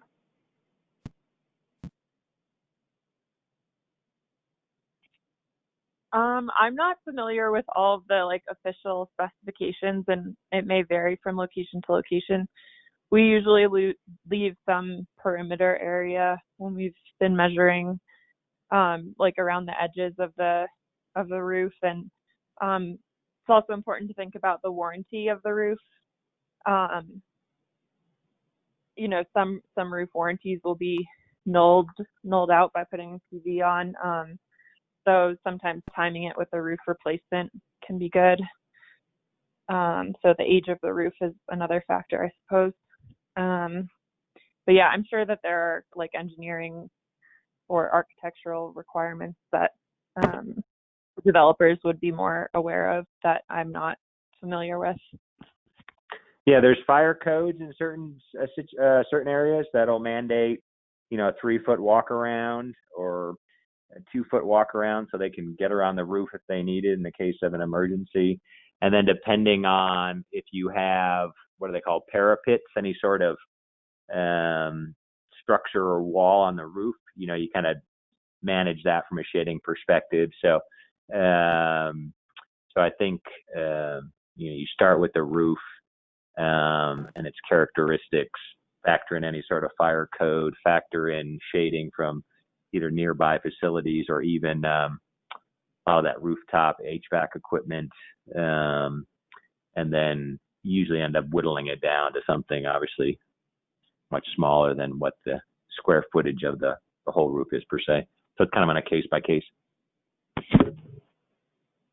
So really for us, I think it would probably be vital to have like a considerations page that highlights some of these things that we might not necessarily know going into, you know, as we're doing the analysis. Yeah, I think there's a whole bunch of stuff out there on solar rooftop assessments and solar site assessments. I can take a look in SolSmart, but I think we've done that at NREL in general. So let me see what I can find. But yeah, that sort of information is out there. It's a question of getting it to you. So I'll look for that. Mm-hmm. Okay, thank you. No worries. And then do you normally look at their zoning prior to doing the assessment?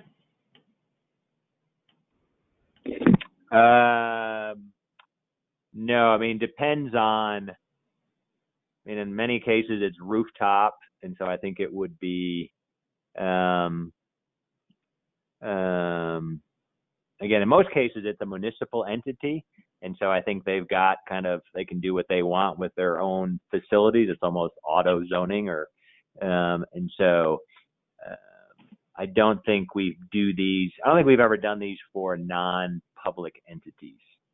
So it's not like a developer asks us to do, because they can do it themselves, right? The whole idea is that we have these public-facing tools, and developers can use their own development capital to do their own assessment. But through Sol, we're doing it on behalf of the communities, and so it's usually community facilities, often rooftops, or areas that they've already determined are properly zoned for solar. So I don't think we've ever had an issue where a city says, "Hey, can you look at our solar on our water treatment facility?" and then they come back and say that they can't do it for zoning purposes, since they, in a sense, approved their own projects. Right. Makes sense.